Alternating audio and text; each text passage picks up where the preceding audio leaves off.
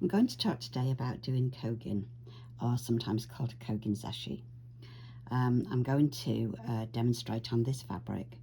So the first thing I need is my Kogin needle. Pull that out. So you'll notice that this needle is very big eye, thick, and it has a very blunt point, not sharp at all. And you need the blunt needle for working with this fabric. The fabric you use is called Congress fabric in the US. It maybe has a different name in Japan. I'm holding it up to the cameras. I'm hoping that you can see that it's got quite a loose weave. And what you're doing is you're putting the stitches between the weave. You count the threads a little bit in the same way as you do with cross stitch. And then the last thing you need is some thread.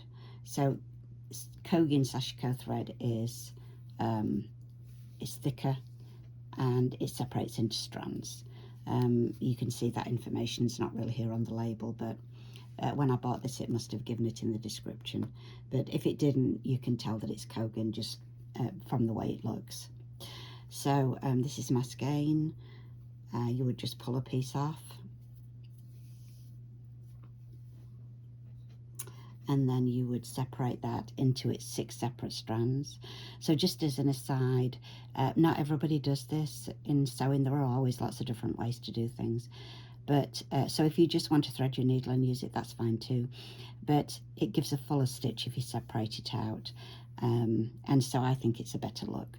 So I've already separated one out and put it back together just to save time here. And I'm just going to thread this on my needle and we'll start sewing.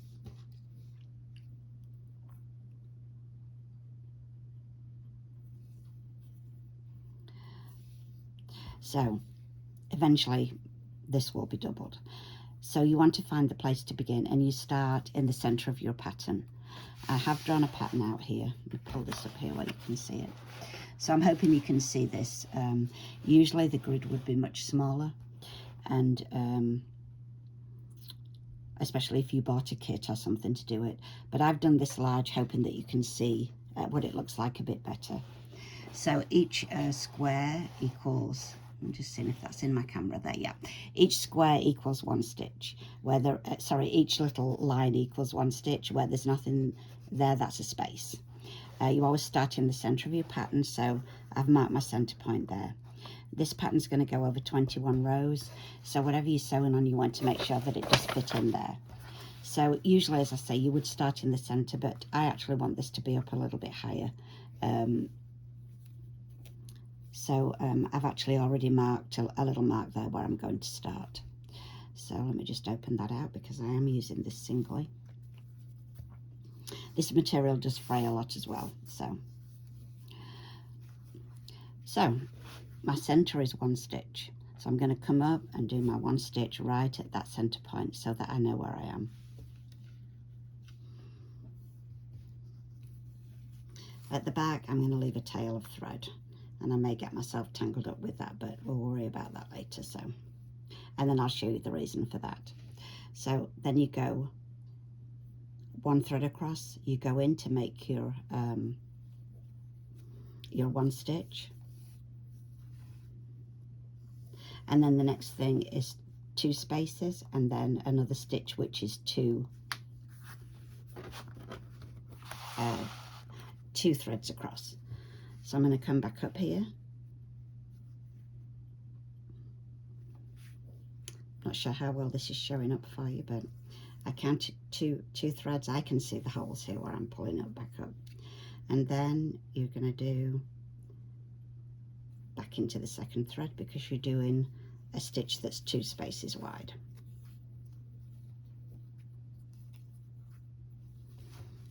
Just trying to keep that out of the way. So then the next part of the pattern is 2 more spaces and 2 more stitches. 2 spaces, 2 stitches. So I'm going to come back up after leaving 2 spaces there. Oh, just knocked my camera out of the way. All right, sorry about that. Let me just put it back where you can hopefully see it better. Okay. Okay, and then back in 2. And then if I look at my pattern again, 2 more spaces and a single thread stitch. So when you're doing this yourself, you'll see this much clearer.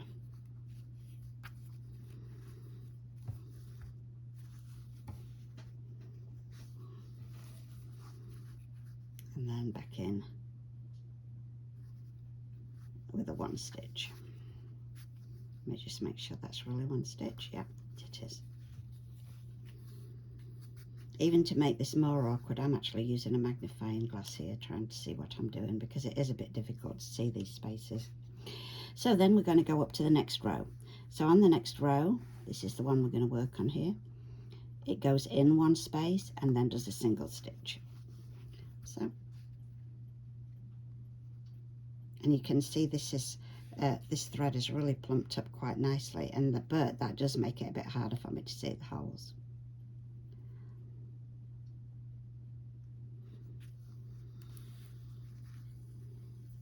Okay, and then it's a 1 stitch, so a single, and I'm putting it back down. And then the next thing to do is 2 spaces and then a stitch that goes over 3 threads.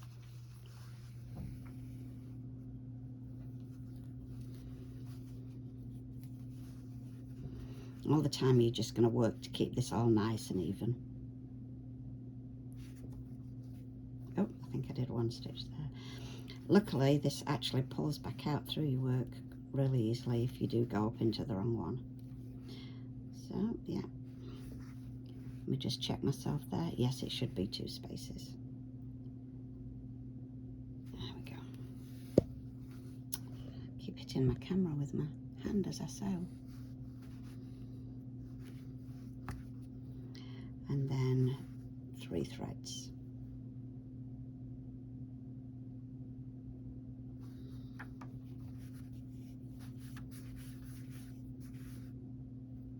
Okay, so after the 3, there's 2 spaces, then a single.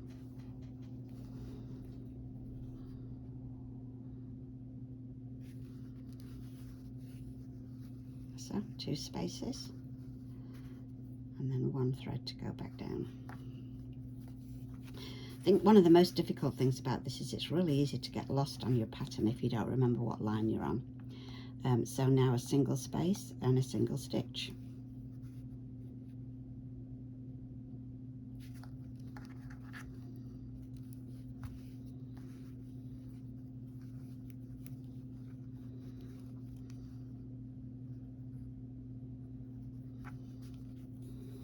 And these are great patterns. They're really easy to draw. You know, you can just get a piece of paper out and play and see what you think looks good. Okay, 2 spaces and a 3 stitch.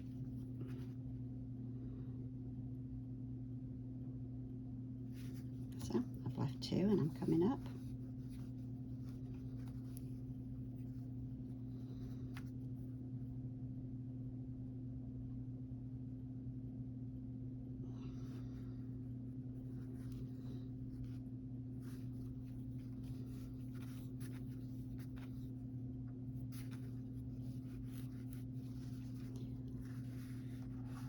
So 2 spaces and a single stitch.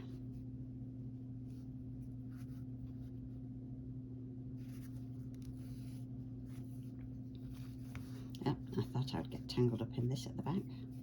And I'll show you what to do with that tail of thread in just a minute. I guess you don't have to start like this. You could just start with a knot, but I like this way of doing it. And then my single stitch.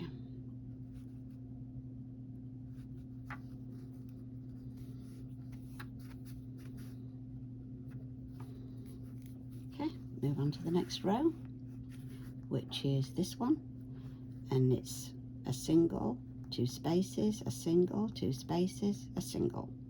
So we'll just go ahead and do all that in one go, and it is in one. So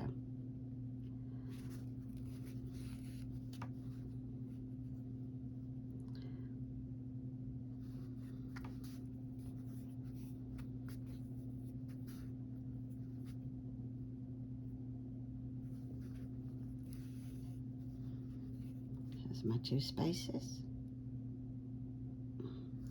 my single stitch,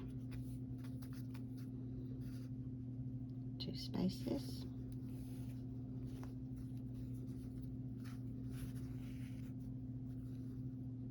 and a single stitch. Oop, not my camera again. All right, so I'm not going to do this whole thing on camera because it'll take too long. It'll just be boring. I'm sure you don't want to be bored while you're watching this. Better to try it for yourself. So what I'll do is I'll finish it and then I'll show you what it looks like at the end.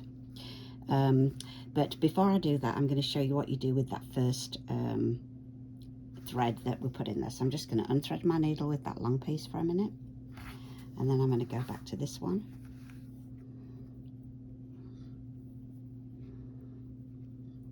With this small pattern, it actually might have been possible to do it halfway. This thread may have been long enough to do the whole little pattern, I'm not sure. So we've threaded this back in, and we're going to go back, and you remember this is the stitch that we started with. So we're going to do the rest of this row going in the opposite direction. So we're going to leave 2 spaces, come up and do a 2 stitch. So remember, this is the center stitch, this first one we did right here.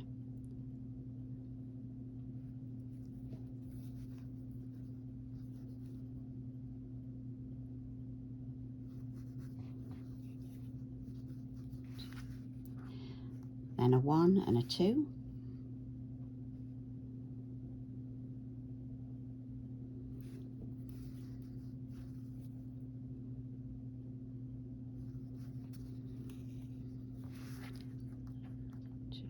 Then a 2 spaces and a 1 stitch.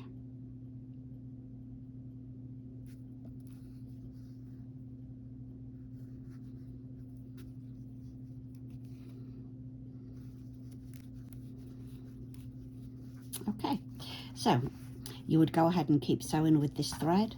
You would go down your pattern and just use the rest of this thread up. So that's the way to do Kogin.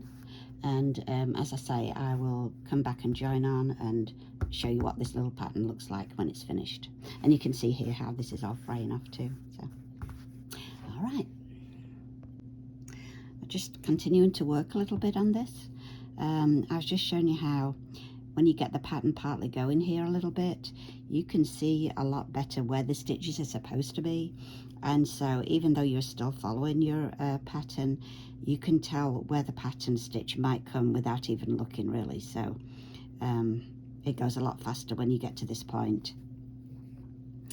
But you're still following it and going in and out with each little stitch. And actually I'm almost to the bottom, but I am going to stop the camera again here, and then I'll show you it at the end. The little emblem is finished now. I think it came out okay. A little bit small maybe. Sometimes it's hard to tell that when you're drawing until you actually start sewing it. But so to finish it off, you would just go to your back, and you could tie a knot, or I usually just sew my thread through a couple of stitches and then just clip it off. And that's ready to go to the next stage of making. Okay, thank you for watching. If you like this, please subscribe. Thank you, bye.